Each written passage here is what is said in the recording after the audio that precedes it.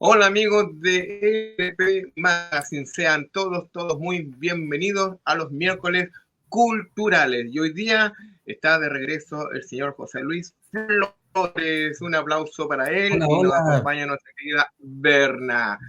¿Cómo están? ¿Cómo les ha ido? Muy bien, gracias. Bien, feliz Qué de poder bueno. estar acá y de estar en cualquier lado, en verdad. Sí, sí. Estamos muy contentos porque nosotros habíamos programado hace un tiempo atrás celebrar la noche de San Juan, un día que fue muy fatídico, estuvo muy grave. Agradecemos a Berna que estuvo a tu lado todo el tiempo. Sacamos la actividad muy bien también gracias a la Catachov y a la Ingrid Guzmán, pero igual nos estaban esperando ustedes mucho y nos tenían muy preocupados. Así que estamos muy contentos que ya estén todos, que estés bien, José Luis, y un Gracias, abrazo y un besote enorme a Berna, que estuvo ahí a tu lado todo el tiempo. Así que, bienvenidos. gracias. Gracias. Ya, sí, Celebrando la no muerte de José Luis. La no la muerte, no sí. muerte, justamente. La no muerte, sí, pero bueno. Ya, chiquillos, vamos a comenzar el programa de hoy. Va a estar muy interesante, que en cierta manera también se está conectando con el programa de canibalismo que estamos haciendo en este minuto con Kata Chov, que ella también quiere 2 programas para hablar del tema, con otra Wow. mirada distinta a la de ustedes. Entonces se está conectando sin querer los miércoles culturales. Así que eso. Pero vamos con las promos primero, chiquillos.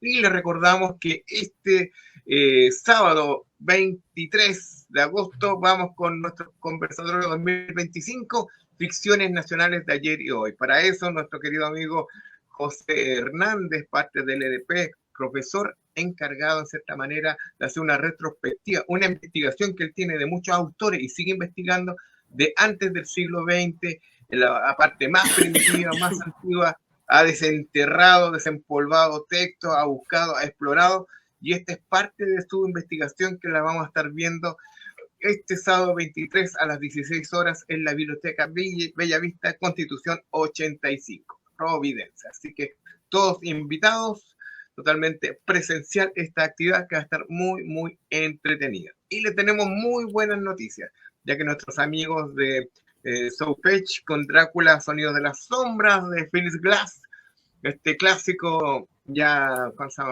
que recreó en cierta manera una banda sonora que no existía para el Drácula de 1931 de Bela Lugosi, que esto fue a mediados de los años 80, a principios de los 90, a partir de que Billy Glass hizo todo esto, y también de pasadita dijo, voy a colocarle música al libro de Bram Stoker. Como les he dicho todos estos días, esto es el 1 de noviembre en la cripta Iglesia Sacramentinos, Arturo Prat 485.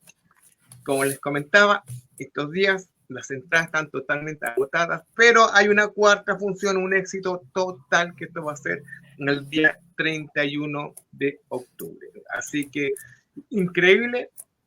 Así que, si ustedes tienen sus entradas, vayan porque ya están disponibles para todos los amigos. Así que, totalmente recomendable.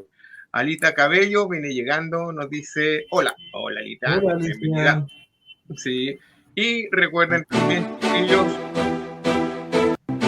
que se nos viene qué leer y cómo leer narrativa gráfica. Esto es solamente en 6 sesiones, está la historieta al alcance de todo. Esta es una actividad que nosotros vamos a empezar a hacer ahora a finales de agosto, todos invitados, que como objetivo es a través de una aproximación teórica y práctica, que vamos a abordar de cierta manera los principios y elementos narrativos de su historia, autores más influyentes tanto a nivel nacional como internacional. Este ya lo hemos hecho para las bibliotecas de Providencia, y también ahora, cuando se llama, lo hemos dado también para profesores, a público general, para que tengan un aproximado al mundo de la historieta, la narrativa gráfica, que hasta el día de hoy todavía hay gente que no comprende qué es, cómo leerla, no conoce al autor y todavía tienen el prejuicio que es para niños. Así que el objetivo es, como les digo, encantar a quienes no saben cómo enfrentarse a este formato, mostrando su valor cultural, educativo y artístico. Esto va a ser en Play Kindle, en General Holling 134. Así que Los interesados se pueden acercar y nos pueden escribir a través de ldpenvivo@gmail.com. Así que todos invitados. Y también el martes, chiquillos, lo prometido es deuda. Vean lo que les... Hola amigos de LDP Magazine, estamos acá, como dijimos, en el colegio donde estudia Colette, y nuestro compromiso era traerles los libros donados por todos ustedes. Hay muchos que no llegaron porque eran propuestas directamente desde distintas partes de las regiones de Chile y les costaba más o menos mandar hacia Santiago estos trabajos, pero por lo menos algunos llegaron. Nuestro gran amigo Gabriel Azócar viajó directamente desde la quinta región para traer algunas de estas cosas que tenemos acá de manera presencial. También nuestro querido amigo Francisco Ortega, gran escritor nacional, que él también donó muchas de estas cosas de su biblioteca particular para este colegio, porque la intención es que todos los chicos puedan leer, así que estamos muy contentos. Y para qué decir, nuestros amigos de Mitos y Leyendas que también han cooperado, gracias a José Luis Flores, Waldo Retamales y a todos los amigos de Mitos que también van a ir apoyando de a poco este colegio, y también se comprometieron en hacer algunos torneos de presentación de Mitos y Leyendas. Simplemente tienen que entrar a coordinar acá con el colegio, así que estamos muy contentos. Esto es parte de todo lo que ha llegado y esperamos que lleguen mucho más. Tuvimos un par de meses esperándolo y ya es hora de entregar todo esto, lo que ustedes están viendo en este minuto. Así que espero que ustedes estén contentos porque la meta en cierta manera se ha cumplido, pero esto simplemente es un primer paso y queremos que lleguen muchos más. Acá con la encargada de la biblioteca, muy contenta, muy agradecida de este aporte, muy beneficioso de los apoderados que estén participando de esto. Es una gran oportunidad que tenemos. Estamos muy agradecidos. Ojalá otro colegio tuviera la posibilidad que nosotros tenemos, que puedan contar con este maravilloso joven que tenemos acá, que nos aporta. Hemos sido muy buen apoderado, siempre comprometido con el colegio, 7, nada que decir. Así que muchas gracias a todos los que aportaron con este pequeñito grano y tratar de implementar cada día más. Estamos recién avanzando con esta biblioteca y muchas faltas para los alumnos. Así que muchas gracias a usted por toda su gestión. En nombre de la directora, estamos muy agradecidos al Colegio Montessori San Bernardo. Muchas gracias. Sí. Como les digo, chicos, esto recién está comenzando. Nuestra tarea de hace 13 años que comenzamos esto era estimular la creatividad y la lectura a través del arte fantástico. ¿Y qué mejor que estimular a los chicos? Que ellos empiecen a leer, que se estimulen y entren en las letras. Y este compromiso también lo han tomado, como les digo, mucha gente, escritores, desarrolladores, editoriales y mucha gente de manera particular que nos están ayudando de a poquito. Como vuelvo a reiterar, hay muchas cosas que quedaron por llegar de regiones que no sabían cómo hacerlas llegar acá. Pero de a poco yo creo que esto se va a ir sumando. Esto es simplemente en la punta del aire, porque la campaña la pretendemos comenzar de nuevo en los próximos meses para que a ver si puede llegar mucho más material para que a los chicos acá puedan seguir amando la lectura, porque eso ellos lo que querían, ellos lo que estaban pidiendo. Sí, ellos querían leer más cosas nuevas. Para ellos es súper importante, estamos en otro tipo de generación que tienen otros intereses y esto es un gran aporte. Ir tratando de renovar todo lo que a ellos les encante. Estamos en estas nuevas generaciones que hemos partido de los primeros hacia la ¿ya? Sí. Así que no, es muy buena idea. ¿Ya? Sí. Sí, ese también es un muy buen punto, amigos. Porque actualmente los chicos no están muy acostumbrados a la lectura antigua, ¿ah? Entonces quieren leer cosas nuevas y están con ganas. Entonces démosles esa oportunidad y que no se pierdan. Así que ya, amigos, lo saben, un gustazo. Continuamos por acá. Se les quiere.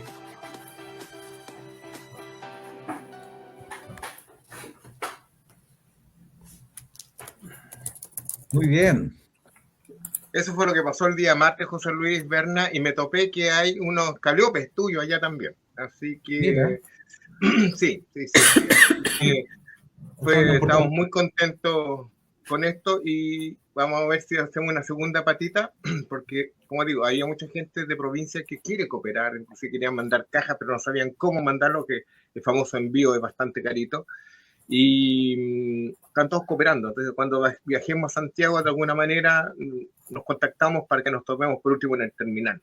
Así que claro, no hay problema. Así que bueno, Vamos a ver qué va a pasar, pero por lo menos ya se empezó. Estamos muy contentos de toda la gente que cooperó, especialmente contigo, Waldo, ¿cuándo se llama?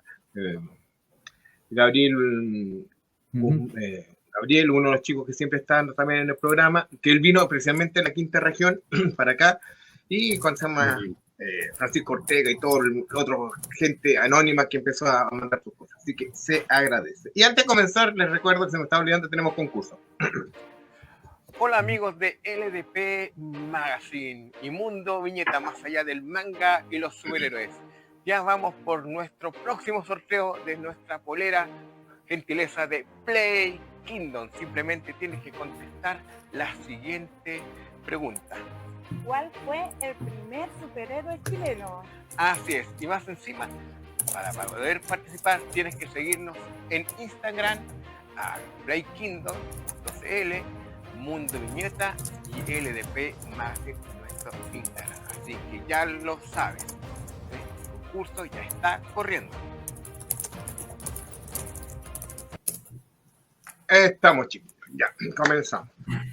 La única pista que les puedo dar que no es el superhéroe que ustedes están pensando. Así que, bueno, comencemos. José Luis, todo tuyo, el micrófono. Bueno, antes que nada, darles las gracias a la Berna, que yo sé que está con agenda. Está muy solicitada por estos días, lo cual me pone muy contento. Gracias, Berna, por estar acá. Y muy gracias. Bueno, el tema que hoy día vamos a dar vueltas en torno al canibalismo, ¿no? En eso habíamos quedado para el día de hoy, ¿no, Roberto? Yo había preparado unos bonitos referenciales nomás.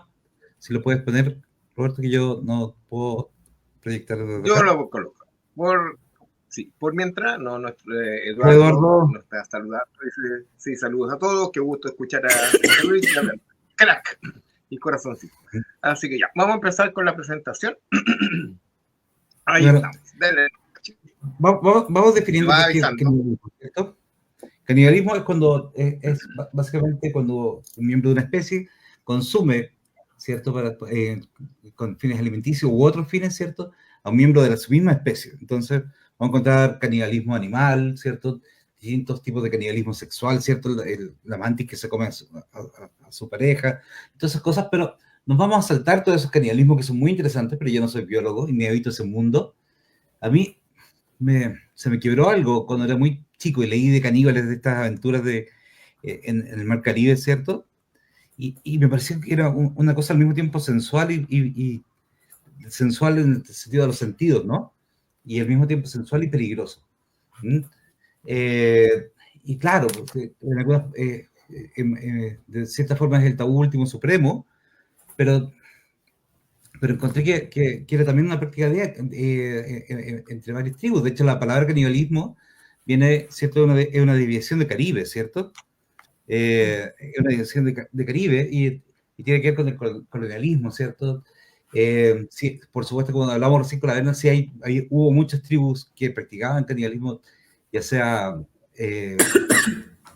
exógenos, ¿cierto? Afuera, persiguiendo a sus enemigos, ¿cierto? Para observar su fuerza, etcétera, etcétera. Entonces vamos a hablar de eso.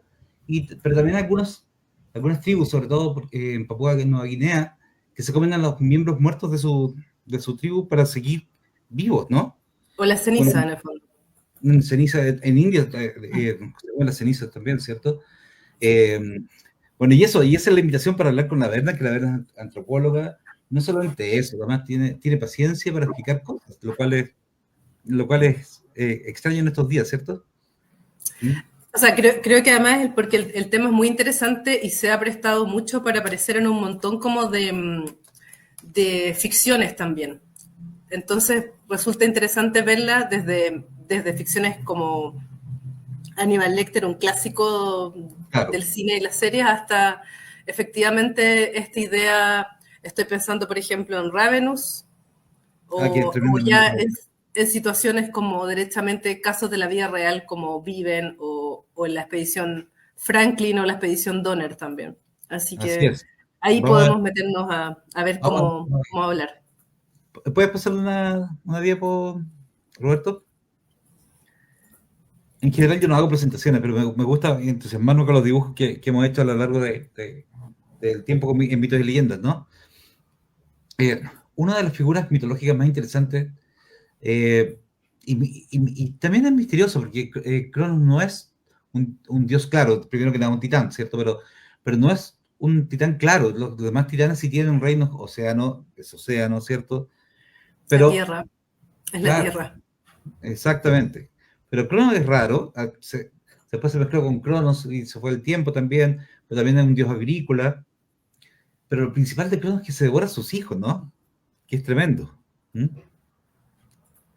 Sí, en el fondo Cronos funciona como una metáfora del tiempo que devora todo y de este tiempo que asimila a los hijos para justamente tener más tiempo él también. O sea, debido a esta profecía que decía que uno de los hijos lo iba a destronar, Sí. asimilando a los hijos, yo me transformaba en ese hijo y no iba a ser posible que me destronara, que me reemplazara a otra persona. Entonces era una suerte de canibalismo ritual en el sentido de asimilar y evitar un desastre mayor. Claro. De hecho, yo creo que también los griegos sublimaron un poco aquí el canibalismo. Sabemos que todos los homo, desde el Homo erectus para adelante, practicaron el canibalismo en cierta medida, y algunos, el Neandertal y el Homo sapiens, ¿cierto? Lo practicaban ritualísticamente, ¿no? Con significación religiosa también, ¿no? Sí, lo que es difícil como aseverarlo derechamente, pero sí hay muestras de huesos machacados por otros huesos y finalmente hay un montón también como de enfermedades que se transmiten. O sea, uno de los principales tabúes de por qué no se permite el canibalismo es porque comerte o sea, especímenes de tu misma especie provoca enfermedades graves. De hecho, la clásica enfermedad de las vacas locas es producto de eso, porque las vacas eran alimentadas con cerebros de las mismas vacas y con carne de las mismas vacas que les daban de comer. Entonces, en general el canibalismo es un problema si se practica a gran escala en una sociedad, en este caso, moderna, digamos. Sí. La Mary Douglas, ¿cierto? Decía que lo prohibido define lo sagrado, ¿no? Y Sí, comer carne humana, ¿cierto? Rompe el orden de la vida, ¿cierto? Es como en vez de crear vida, lo estoy consumiendo, ¿no? claro, y en realidad es una especie como de aniquilación última, porque básicamente devoro o integro a otra persona que ya pasa a ser parte de mí también. Entonces, a otra persona es casi una desaparición total, no solo del nombre de la persona como existencia, porque no quedan tampoco restos, o lo que queda es muy poco para poder ser enterrado y seguir. Es como esta idea de... por eso asimilo, por eso me como los antepasados, por eso me como los enemigos valientes o que quiero conservar. Sí. Y por eso está tan mal visto en general fuera de culturas que tienen ese tipo de práctica. Claro, y yo me acuerdo del miedo al caníbal en Robinson Crusoe, ¿te acuerdas? O el mismo, por ejemplo, en Moby Dick, Queequeg, uno de la otredad de Queequeg, aparte que estuviera todo tatuado, es que era caníbal. Y Claro. son las bromas que le hacen a Ismael, que va a compartir este cuarto con un caníbal que iba a devorarlo eventualmente si él no se cuidaba, en el fondo. Entonces hacen Claro. además una asimilación. Moby Dick tiene un subtexto muy homoerótico también, y justamente Queequeg funciona como esta especie del salvaje completamente exótico, es decir, caníbal, tatuado y además con pulsiones que no son como las de la sociedad de la época. Sí, y el caníbal, el caníbal cazador de otros hombres se volvió un tropo súper común en la literatura, ¿cierto? ¿Podemos pasar al siguiente slide, por favor? Ya, bueno. Aquí tenemos dos mitologías más que también son interesantes y también quería vincularlo en algún momento. Es la licantropía, ¿cierto? Que hemos hablado de licántropos en este programa. Hemos hablado de cambiaformas, ¿cierto? Y el licántropo es la forma de licantropía más ligada al canibalismo, ¿cierto? Acá tenemos a nuestra versión de Licaón, ¿cierto? Que Licaón no practica canibalismo, y en las versiones que sí lo hacen involuntariamente, ¿cierto? Porque son sus hijos que matan al hijo bueno, los hijos malos matan al hijo bueno y se lo dan de comer a Zeus. Zeus fulmina a los hijos malos y a Licaón lo transforma en lobo. Sí, está esta idea también de que comer carne humana te vuelve a un estadio primitivo o un estadio de salvaje también. Despierta tus pulsiones y hay muchos cuentos en la literatura de terror o de ficción en la cual ser caníbal básicamente es compartir una suerte de sociedad secreta en la cual las personas viven fuera de la sociedad normal, entre comillas, y no pueden evitar comer o que les guste comer lo que quieran comer, en este caso carne humana. Claro, y de hecho lo vemos harto en los cultos góticos, este boxeador, Vicious, que también tiene laico, ¿cierto? Tiene que es lobo, ¿no? Este boxeador que supuestamente comió carne humana sin querer, y se transformó por un periodo en lobo, queda retirado de la sociedad por un tiempo, hasta que se le cura la licantropía. Sí, es como esta idea también es una transgresión tan fuerte a una norma de los dioses y de los hombres que termina siendo apartado de la sociedad y terminas como viviendo como un animal, te revierte a estadios animales también. Claro, hay un mito interesante de antropófagos que se transforman en cerdo también, que también una imagen bien bonita, los cerdos calaveras. En Japón tenemos algunos onis que son claramente caníbales, ¿cierto? Que tienen preferencia por la carne de niños también. Y eso es otra cosa interesante que vamos a ver después, caníbales de la vida real, que sí cierran este círculo mítico, ¿no? De comer niños. Sí, además se entiende, bueno, es interesante esta transformación en cerdos, porque en Polinesia a la carne humana se le dice el cerdo largo.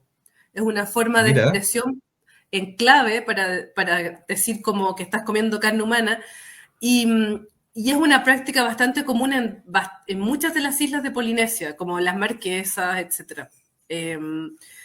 Y con respecto al tema de comer niños, claro, es porque la carne, entre comillas, es más pura y no ha sido contaminada por la contaminación, valga la redundancia, de la vida moderna, es decir, no sé, fumar, comer mal, etcétera. Había un libro que leí, yo sé que tú lo leíste, o al menos lo conversamos alguna vez, que es Cómete a tu vecino, Eat Your Neighbor. Sí. Que ahí salían entrevistas a algunos caníbales, y algunos caníbales se autopercibían como seres tocados por lo divino.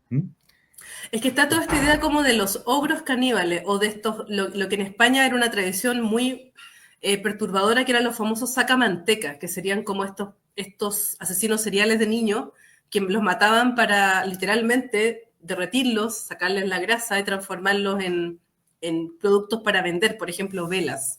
Entonces, toda esta tradición de los viejos del saco o los ogros que están dispuestos a matar niños, un poco porque efectivamente pasó en algún momento de la historia y se transformó en un cuento para advertir a los niños. Claro. Y en el caso de los Oni, que representan, ¿cierto?, la ira, también nos muestran varios momentos de canibalismo, ¿cierto? Y que son llevados ¿cómo se llama? Por la ira, por la rabia, incluso política. Me acuerdo de un Newsweek hace unos pocos años atrás, salió un tipo mordiendo una pierna recién cortada, ¿cierto? No me acuerdo si en Nigeria o en alguno de esos lados que estaban en guerra civil en ese momento, pero ha pasado en la civilizadísima Europa también. El Johann de Witt y su hermano fueron linchados y la turba se los comió también. Al menos, ¿cómo se llama? Parcialmente, ¿no? Sí, es que al final... de hambre, sino esto solo por rabia. Al final también es un instinto muy primitivo de destrozar. Estoy pensando como en las vacantes, ahora que dieron, por ejemplo, Sandman, que se vuelve ese mito en el cual las vacantes, que son estas sacerdotisas de Baco envueltas en un frenesí producto del alcohol, terminan descuartizando a Orfeo y en el fondo comiéndoselo. Por eso no recupera el cuerpo. No es porque esté descuartizado porque sí, sino que en el fondo porque las vacantes también se lo han comido, lo han incorporado. Y Claro. por eso solamente queda la cabeza, por Y la, ejemplo. y la- la forma de aniquilar lo que no se puede morir también. Claro, ¿Mm? claro. Entonces, es un mito que perdura en todas las culturas y en todas las sociedades como una especie de cuento admonitorio, es decir, ten cuidado porque esto te puede pasar porque hay gente afuera comiendo niños. O Claro. bien esta idea de mato a esta gente porque la carne humana sabe mejor porque es el sabor de lo prohibido también.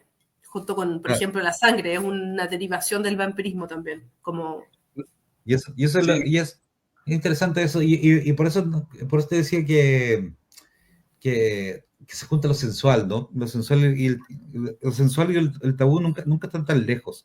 ¿Mm? Oye, y no habían algunos también que se comían a sus víctimas, después les pregunto a ustedes, que se comían a sus víctimas para adquirir el poder de este otro, o sea, su coraje, Eso, su claro, la valor. fortaleza, el valor sobre todo.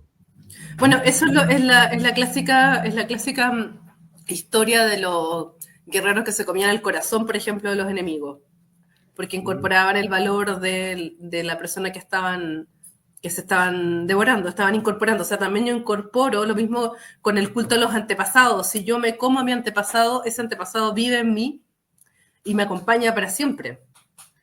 Por supuesto, y en el mundo azteca, muchos nobles sacrificados que eran especialmente, ¿cierto?, exquisitos en el momento para el sacrificio, también eran consumidos, ¿cierto? Sí. Sí, Los mayas, me grita mi señora por acá. Los mayas, me dice Carolina por acá. Sí, por interno. Sí, los mayas es un ejemplo clásico que de hecho se ocupó la leyenda negra de la conquista de América como un ejemplo de que era una sociedad en decadencia y que las mismas culturas sojuzgadas por los mayas permitieron la llegada de los conquistadores españoles porque preferían que llegaran los conquistadores españoles a seguir en ese imperio. Lo mismo el imperio azteca, también cumplen esa función de imperios en decadencia vista de los españoles, por supuesto, y de las tribus sojuzgadas, no de ellos, y funcionando un poco como esta idea de que el sol o los dioses necesitan constantemente sangre, de hecho son dioses vampiros, necesitan constantemente sangre humana Claro. y carne para poder mantenerlos y poder hacer que no mueran. Entonces, bien interesante como esta idea de un sacrificio permanente para poder abastecer a estos dioses que son dioses que exigen sangre y carne, muy, Sí. muy Pasemos a la siguiente. materiales. El mito tiene varias caras y los hermanos Grimm recogen, en más de un cuento aparece la bruja que es caníbal, ¿cierto? De Hansel y hecho, Gretel. la bruja es Hansel y Gretel, exacto. Pero esta imagen que pusimos acá es de la bruja del bosque, que es una bruja que era un árbol. Y siempre me llamó mucho la atención. Y es un primitivo Hansel y Gretel, es anterior. Y es más simple también.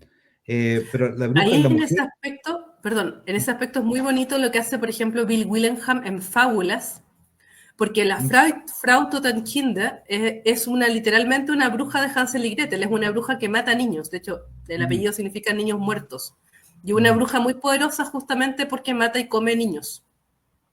Claro. Bueno, y es interesante que es la mujer salvaje que come niños, que con la madre peligrosa, la madre maligna. ¿Te acuerdas que hemos hablado también de...?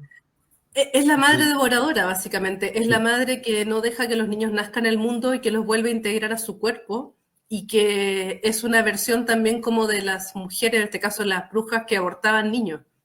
Era más fácil decir que se los habían comido a que las mismas madres habían pedido que esos niños no nacieran.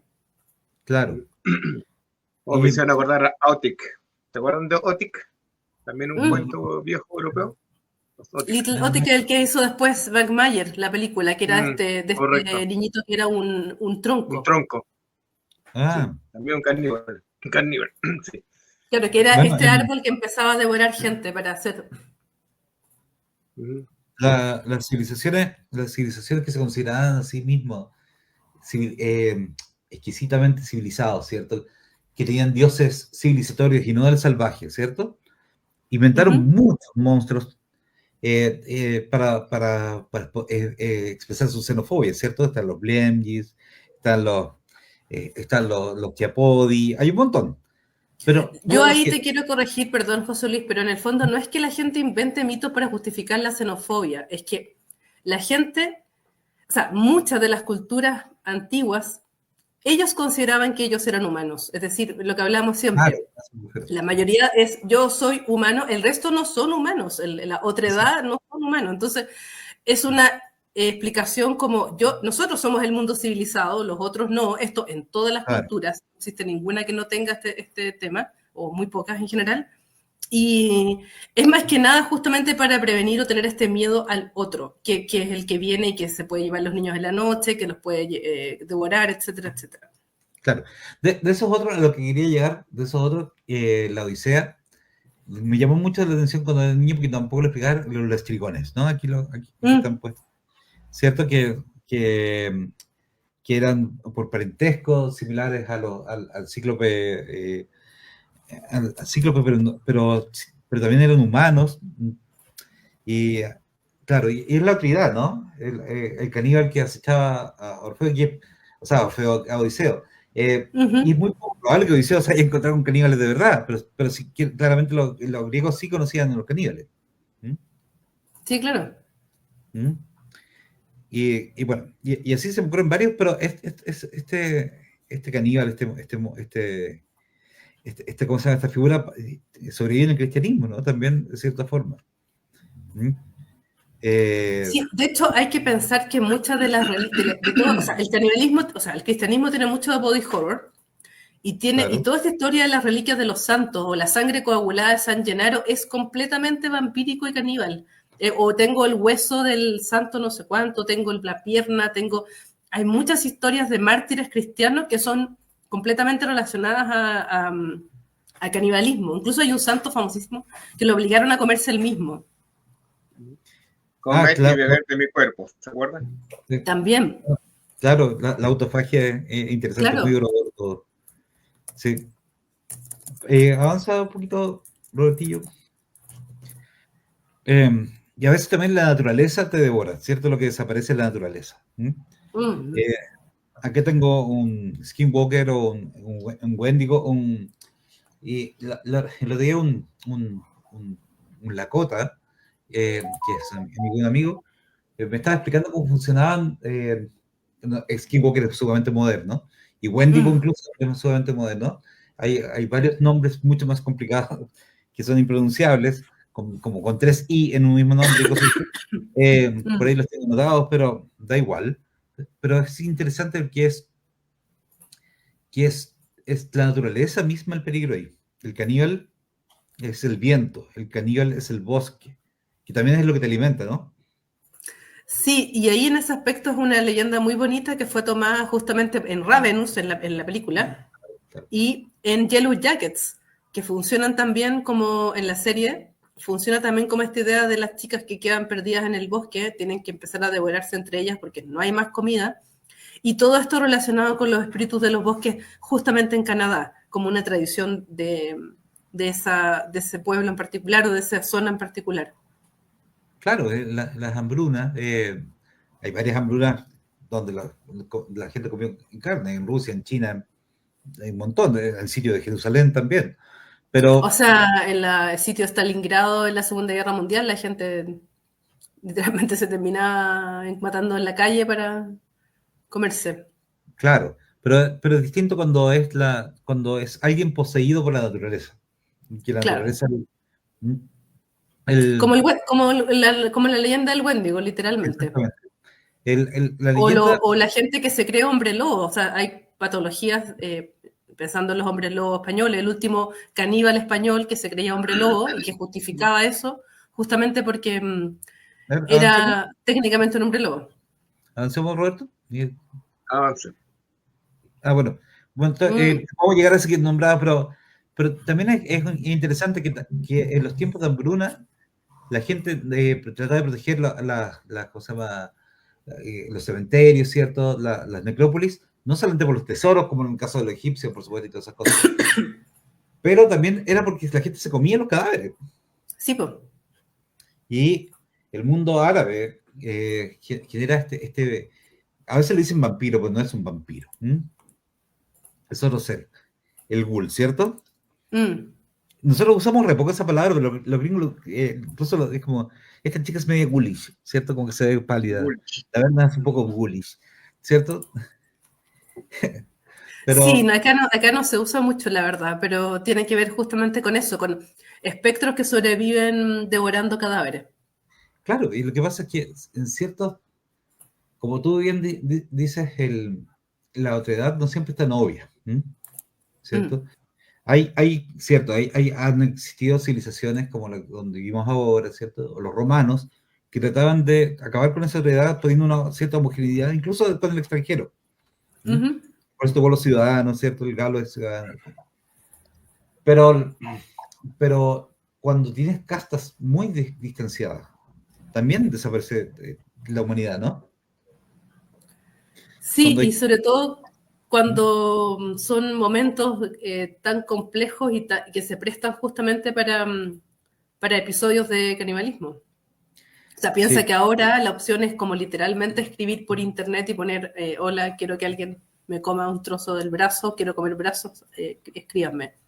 Y se puede hacer, de hecho, casos famosos en Alemania hay por montones.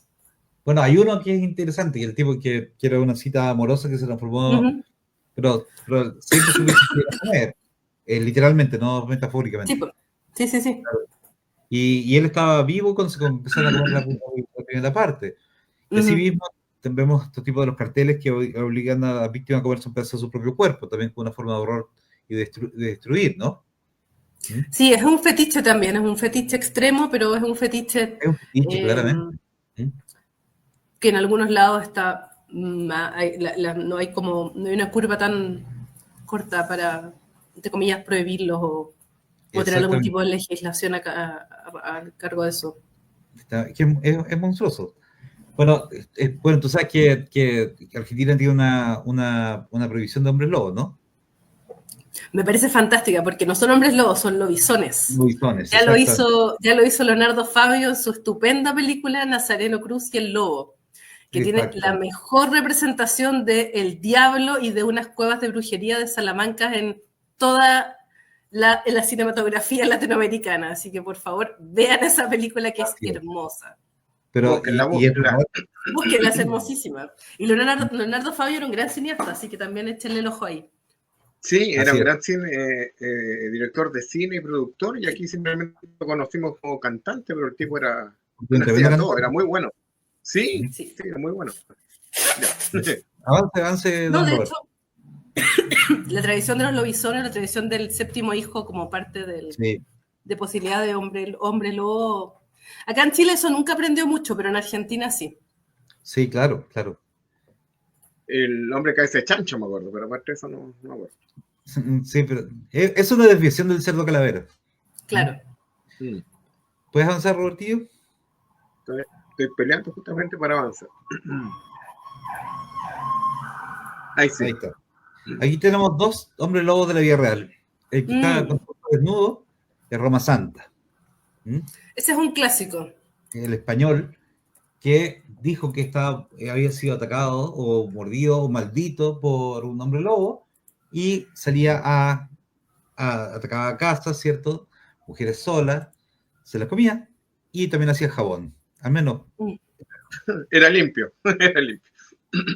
Jabón con la grasa humana es un clásico. Es un clásico. Existe un cómic muy bueno sobre la historia de Roma Santa que se llama Los sueños del lobo, que es de un chico de apellido George. Y ahí cuentan que una de las cosas que descubrieron cuando capturaron a Roma Santa es que tenía un nivel de testosterona muy bajo. De hecho, la gente pensaba que era una mujer en un primer momento, no que era hombre, tenía un pene, micropene, los testículos no le habían bajado, entonces era un tema casi como si Roma Santa matara hombres y mujeres para justificar su virilidad y su hombría, para tener más, digamos. ¿No hay una versión de Paul Nashi? También hay una versión de Paul Nashi de lo mismo, pero sí. Este último es el que yo recomiendo más porque viene con un dossier con un montón de periódicos de la época y fotos de la época también, que es súper interesante. Se llama Los sueños del lobo, así que si les interesa el caso, bueno, yo lo leí hace muy poquito. Es como un hombre lobo gallego. Ya. Pero el cómic está hablando, ¿verdad? El cómic está basado en este caso de la vida real, de Roma Santa, que fue un asesino en serie gallego en España que mató a 13 personas que se sepa, pero se las mató y se las comió, digamos. Sí, claro. No, pero ¿tú estás recomendando la versión, el libro o el cómic? Eso no. Yo estoy recomendando el cómic que hicieron sobre esta historia, que se llama Los sueños del lobo. Sí. Eso, perfecto. Ya que justo ladró la perra, no escuché, ya, disculpe, ya. Sí. Listo, ya. Y al otro lado tenemos a Peter Straub, que también es otro licántropo. Hay muchos más, pero pero hay muchos más. Peter Straub también es muy interesante, porque él parte asesinando y comiéndose a su hijo de 14 años. Y ¿cómo se llama? Y tenía una predilección después de haber matado a su hijo de 14 años de mujeres embarazadas. O al menos eso dice su confesión, ¿no? Sí, hay que pensar también que muchas de las confesiones fueron obtenidas con tortura o con presiones, y mucho de la gente también iba a exagerar o contar más cosas como para tener un aura más relevante sobre lo que habían hecho también. Claro. Ya que los habían pillado, contemos. Sí, por eso, por ejemplo, yo nunca incluyo en estas cosas a las mujeres juzgadas por licantropía en Suiza, que Suiza, porque eso es otro fenómeno. Y después tenemos, por ejemplo, también a la familia, tenemos familias completas que matan, ¿cierto? Tenemos a la familia Gandilon, ¿cierto? Que fueron acusados de licantropía por allá por el 1600, por 1590 y tantos, ¿cierto? Que es una familia campesina, ¿cierto? Que se transformaban en hombres lobos y para atacar viajeros y niños. Hay mucho de ese mito de la licantropía como para justificar el canibalismo también, como esta idea de como ya hemos cambiado a hombre lobo y no somos humanos, podemos matar humanos, está permitido porque se ha corrido la vara. Claro, a Peter Stamp, estos dos últimos que nombré, es interesante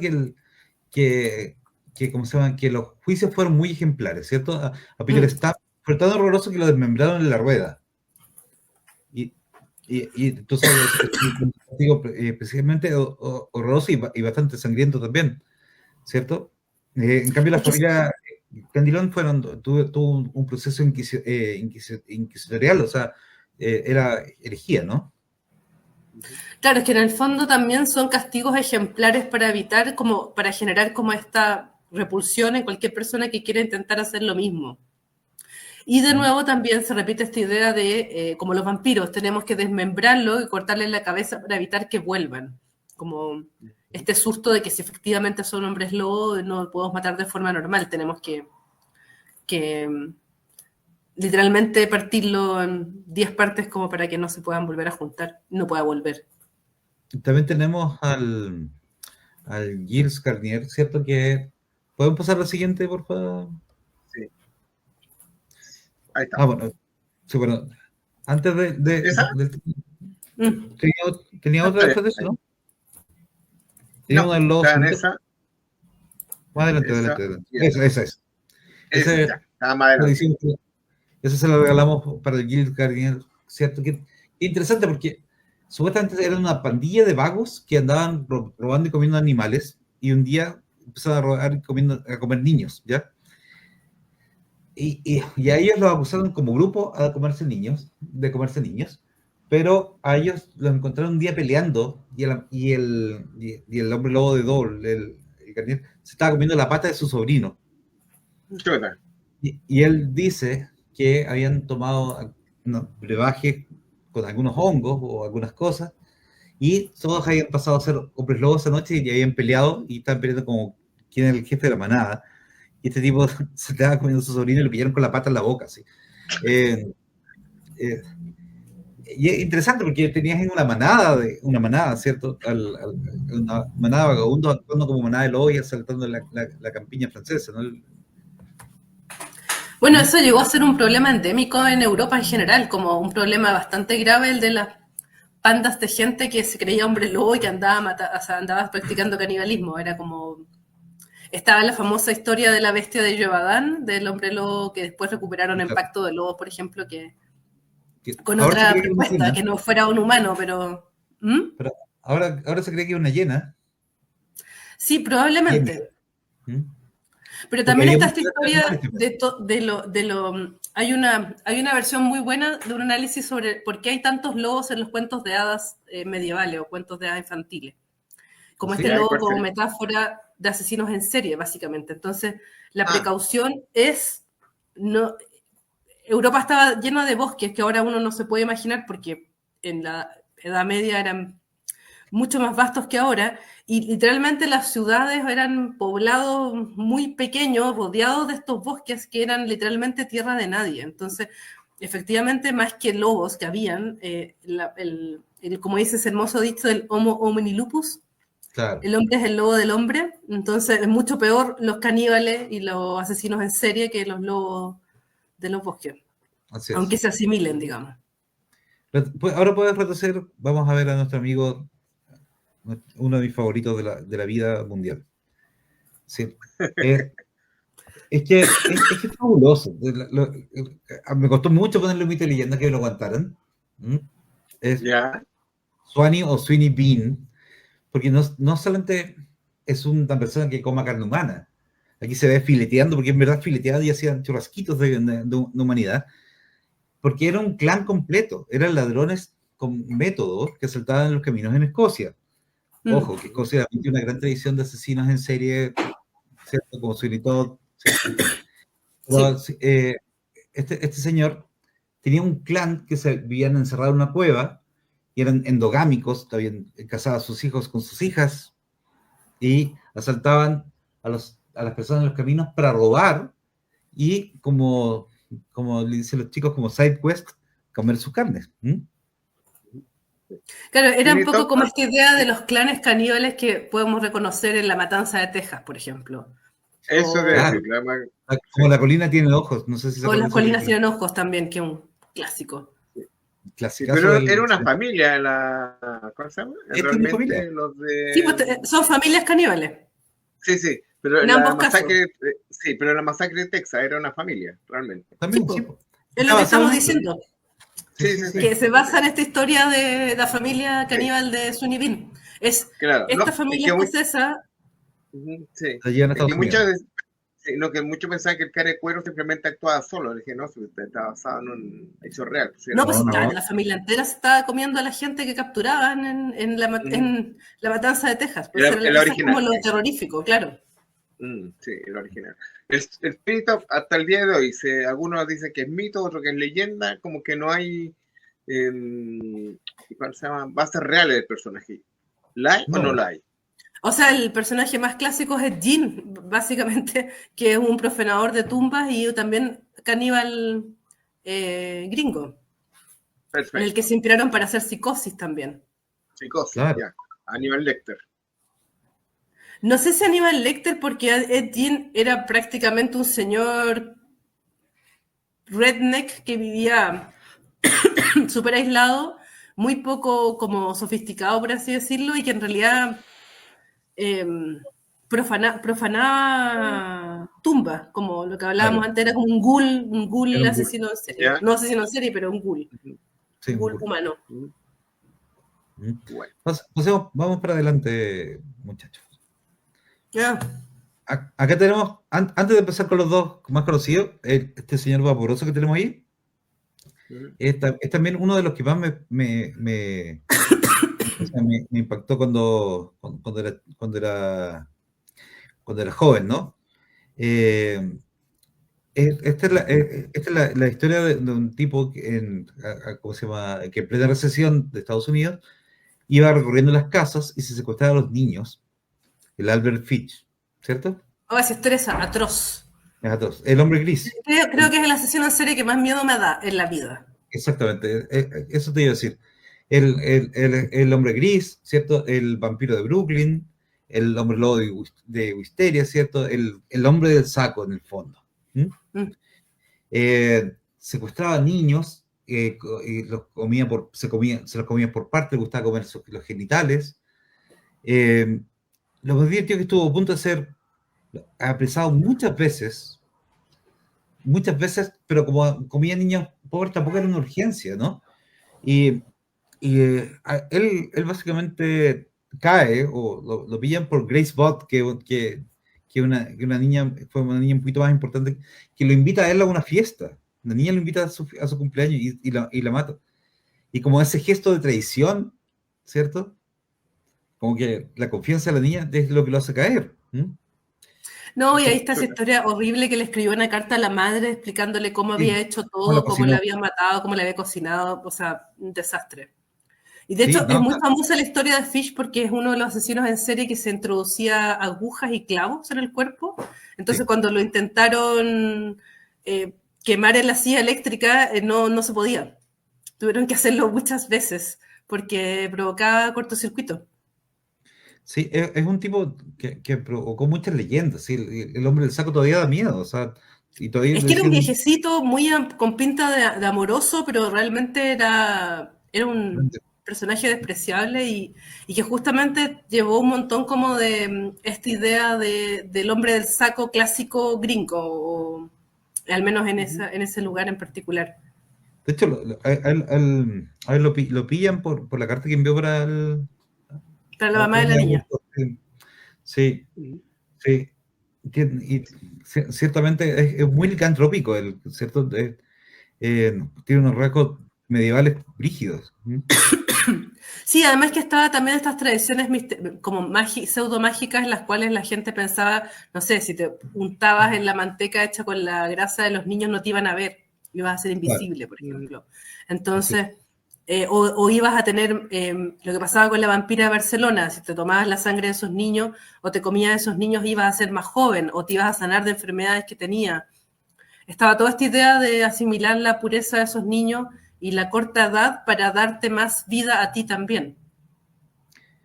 Sí, y tenemos una buena cantidad de ¿cómo se llama? De caníbales reales, ¿cierto? De la vida real, hace poco. Me gustó mucho lo que se hizo con Jeffrey Dahmer, ¿cierto? Mi amigo Dahmer, un súper buen cómic. Y la serie se inspiró en el cómic también. No he visto la serie, después me enteré que hay una serie, pero sí. ahí leí el cómic hace unos años atrás.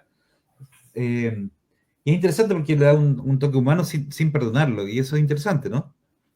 Lo que pasa es que el cómic, como está escrito por un compañero de clase de Jeffrey Dahmer, lo que hace es como ir mostrando el declive de Dahmer y cómo nadie hizo nada o nadie se preocupó hasta cuando ya terminó matando a toda esta gente y comiéndosela también, digamos. Entonces, está muy bueno, está muy bien contada esa historia, como todo lo que la gente no hizo para prevenir el desastre que se venía. Este tipo no solamente era caníbal, también tenía ciertas cosas, un fetiche necrófilo, ¿cierto? Una homosexualidad reprimida y no bien vivida, ¿cierto? Sí, toda esta idea también como del control mental, como esta idea de meterte ácido en el cráneo para transformarte en zombies y que las personas le hicieran caso en todo lo que querían. De hecho, hay una escritora que me gusta mucho a mí, que es la Joyce Carol Oates, que ella escribió un libro que se llama Zombie. Y el libro es la historia de Jeffrey Dahmer en primera persona. Es él contando la historia. Y es básicamente eso, como este delirio de que la gente no lo deje. De hecho, él tenía un rollo heavy que la gente no lo dejara. Entonces era como, prefiero matarlo antes de que este pololo se vaya. Claro, y tratarlo de comérmelo, digamos, como para que no me abandonen. Pero ¿caché que esa sí que es relación tóxica. Pero ¿caché que tiene que se parece mucho, ¿cierto? Al endocanibalismo que hablábamos, ¿cierto? En Papúa Nueva Guinea, ¿cierto?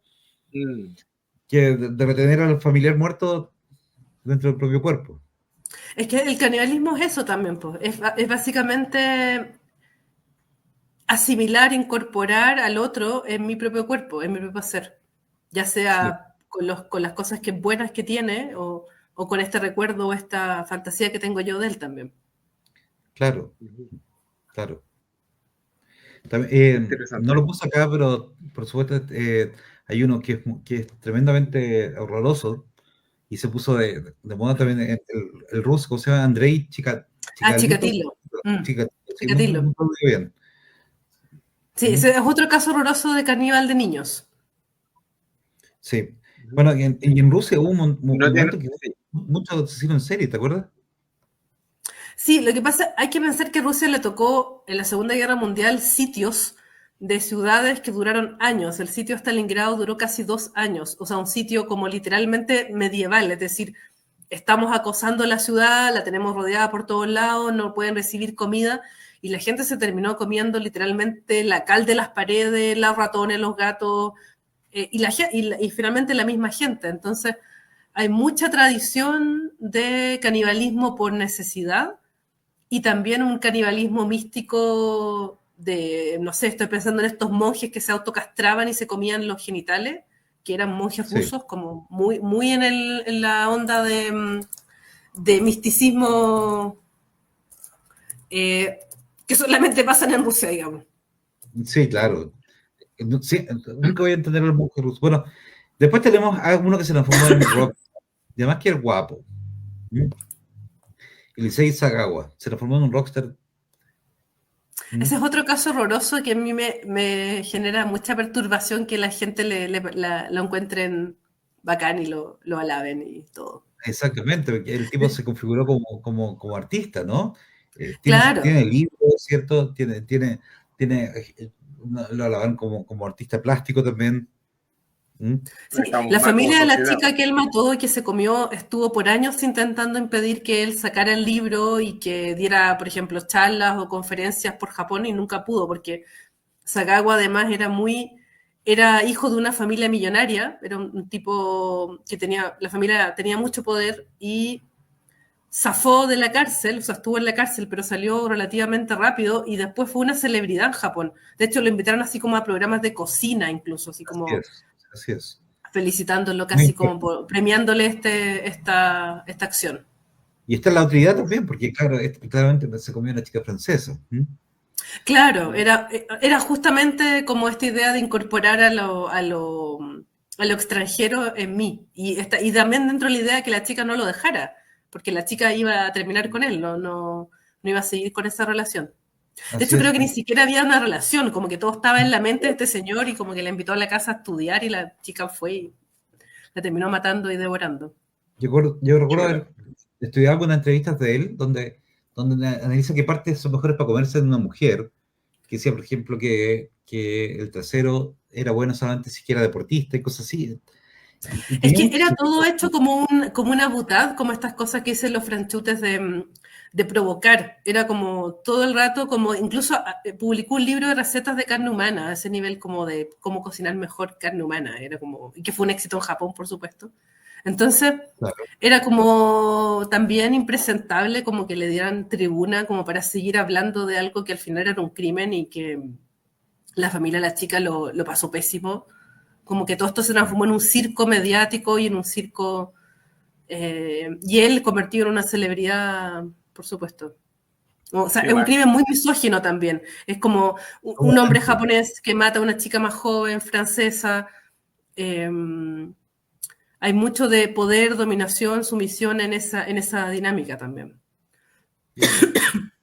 Bueno, y después tenemos hasta que lo nombramos hace un rato, que es el Armin Muse, ¿cierto? El alemán, ¿cierto? Que ¿cómo se llama? Se come voluntario a un voluntario, ¿no? A un amante, o sea, una persona... Eso me parece muy respetable. Si la gente está de acuerdo... Claro, porque uno tenía la fantasía de ser devorado y él tenía la fantasía de devorar, ¿cierto? El caníbal de Rotemburgo.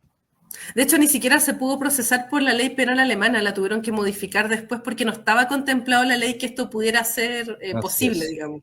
Entonces fue como, hasta el momento ya estaba zafando olímpicamente.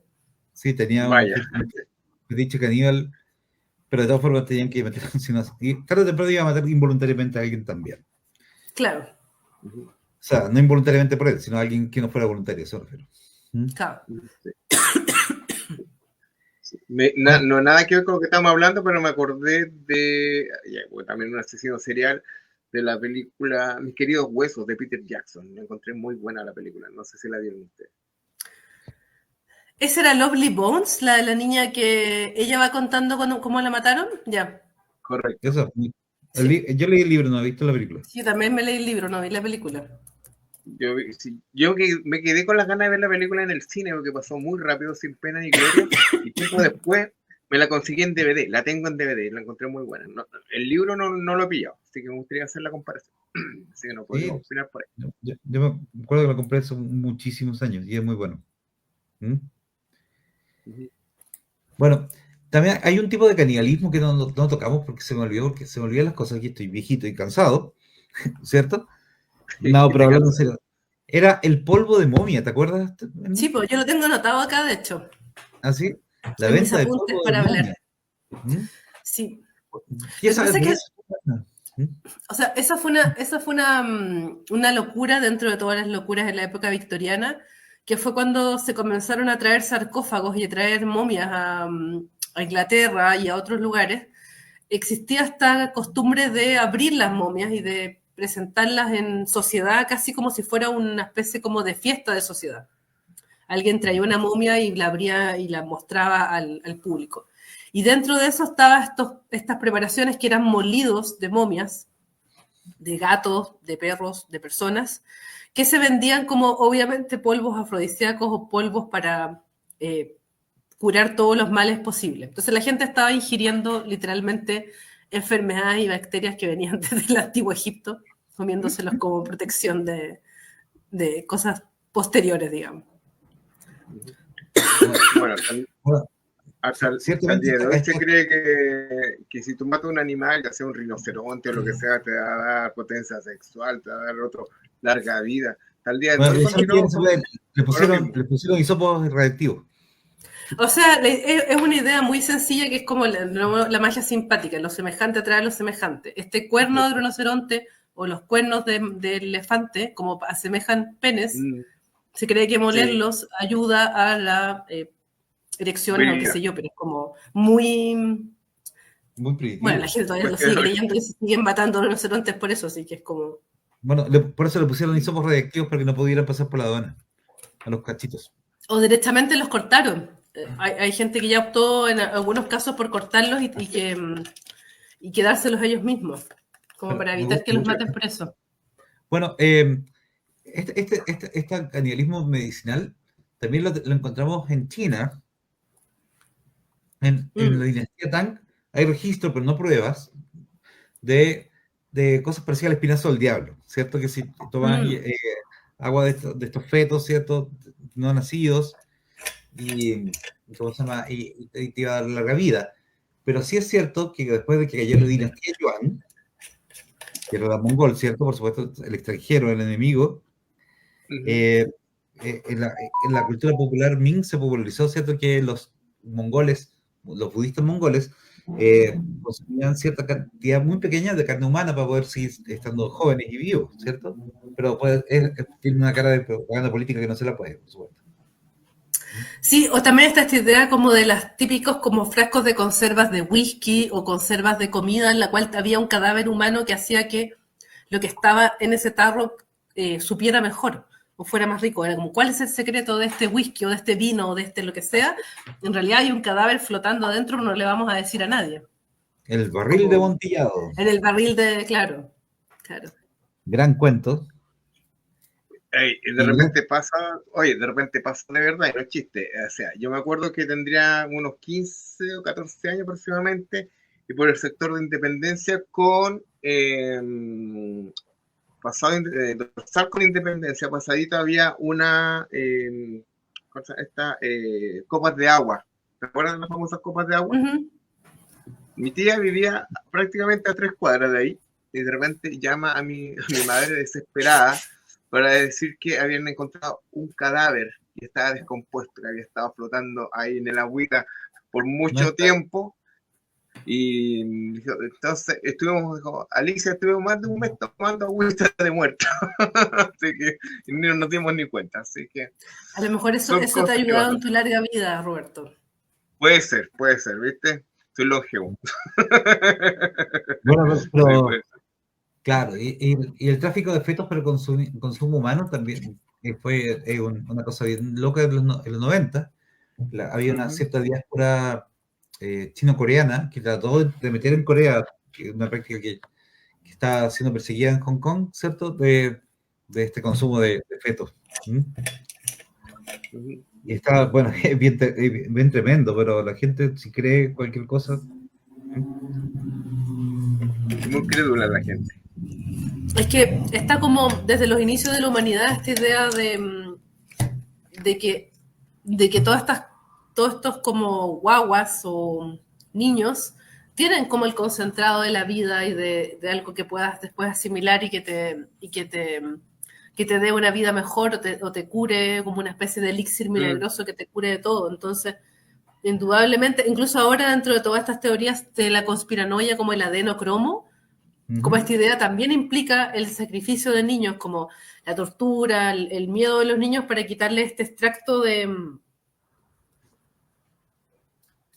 no sé si es glándula pineal, ponte tú, y que se lo darían como a los poderosos y a las élites para que también tuvieran como vida eterna o se mantuvieran más jóvenes. Es un mito que ha estado en la humanidad por siempre. Lo mismo el tema de que los judíos comían niños o cualquier pueblo que tú quisieras como o los gitanos etcétera. Es como una acusación que siempre se hace porque primero es como contra las capas más bajas y desprotegidas de la sociedad y que eso es algún pecado considerado muy, muy grave. Es como, no sé, los masones o los templarios sacrificaban niños a Moloch y a Baphomet, ya, pésimo. Claro. Como, siempre se ha hecho esta idea de los asesinos rituales de niños o asesinos caníbales de niños como lo peor de lo peor. Los satánicos matan niños en sus misas negras, etc. Entonces, como es una acusación recurrente. Claro. Hay que recordar Antares del alumno más. El infanticidio sí existió en varias culturas, pero es interesante que puede ser una intuición de la célula madre, ¿no? También. También, pues la célula madre estaba pensando en eso. Sí. En cierta medida es un pseudo-canibalismo también. Bueno, por supuesto. Chicos, si es que hay alguien que nos esté viendo que quiere hacerme una preguntilla, es el momento, antes de que... Pregunta ahora o calle para siempre. Que nos vayamos a dormir para descansar y aprovechar esta lluvia. Así es. Sí. Por lo menos yo ya hice sopaipilla. Miren que estoy atrasado y mis editores me van a golpear. Sí, así que sí. Nos tiene que ir a descansar José Luis porque está convaleciente. Hay que cuidar a José Luis. No puede alimentarse de niño José Luis para vivir más, así que tiene que... No. Tiene que descansar. Mañana tengo que hacer una clase sobre seres feéricos. Qué bonito. Qué miedo. Qué miedo, pero qué bonito. Sí. Bueno, muchachos, las hadas también. Las hadas también tienen un componente caníbal. Completamente. Imagínate el rapto de los niños. Sí, además del rapto y el cambio. Como la representa Disney. Tienen esta cosa que algunas hadas son tan amorosas con la muestra Disney. Sí. Por eso. Sí, ¿te acuerdas el laberinto cuando estaban matando a las hadas? No sé por qué eran peligrosas. Están matando con Rey. Sí, así que sí, mucha gente dice, no, si son tan bellas, si son tan lindas. No. Están equivocados con las hadas. Como salen Peter Pan. Chiquillos. No es que sean buenas y malas, sino que son tan pequeñitas que pueden ser buenas y malas, pero no al mismo tiempo. A la vez, sí. Sí, chiquillos, les recuerdo que antes que nos vamos, que ya nos estamos despidiendo, que tenemos Fricciones Nacionales de ayer y hoy, este sábado 23 a las 16 horas en la Biblioteca de Bellavista, Constitución 85 Providencia. Esto está dentro de los conversatorios 2025 de LDP Magazine, así que todos invitados, totalmente gratuita la entrada, como les digo, van a descubrir un poco más sobre los orígenes de la escritura del género fantástico en Chile, todo un estudio que ha hecho José Hernández, así que totalmente todos invitados a asistir a esta actividad este sábado, así que eso. Ya chicos, vámonos despidiendo ya que no hay preguntas. Querida Berna, usted primero. Muchas gracias a José Luis, a Roberto, a LDP por invitarme a hablar sobre caníbales.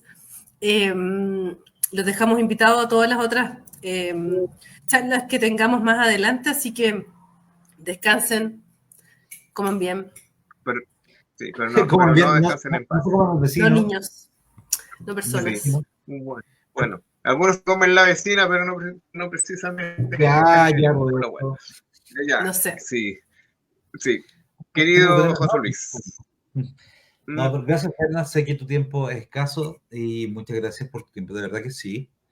Yo estoy dando poquitas charlas mientras me recupero. No, estoy tratando de evitar la aparición en colegio todavía, pero ya me voy a recuperar. Por las piedras. Voy a volver a las pistas y entonces estoy muy feliz de que si vuelvo estés conmigo aquí, Berna. Muchas gracias. Sí, yo les voy a dejar en el video de LDP una nota que hice hace un tiempo atrás sobre canibalismo ritual. Así que se las voy a dejar ahí, que viene con libros y con información. Sobre todo, por ejemplo, el caso de la Bella Durmiente, que es un caso súper bueno sobre canibalismo en los cuentos de hadas. Genial. Perfecto. Sí. Si quieres publicar cualquier cosa en LDP, lo publica con toda confianza, querida Berna, porque es muy bueno lo que tú haces. Así que eso, y se te quiere mucho. Ya, José Luis, un abrazo. Gracias. Y amigos, estos fueron los miércoles culturales de LDP Magazine, que regresa ya la próxima semana para hablar un poquito más de cultura y los martes para hablar de cómics. Así que se les quiere. Nos vemos. Chao, chao. Chao, chao.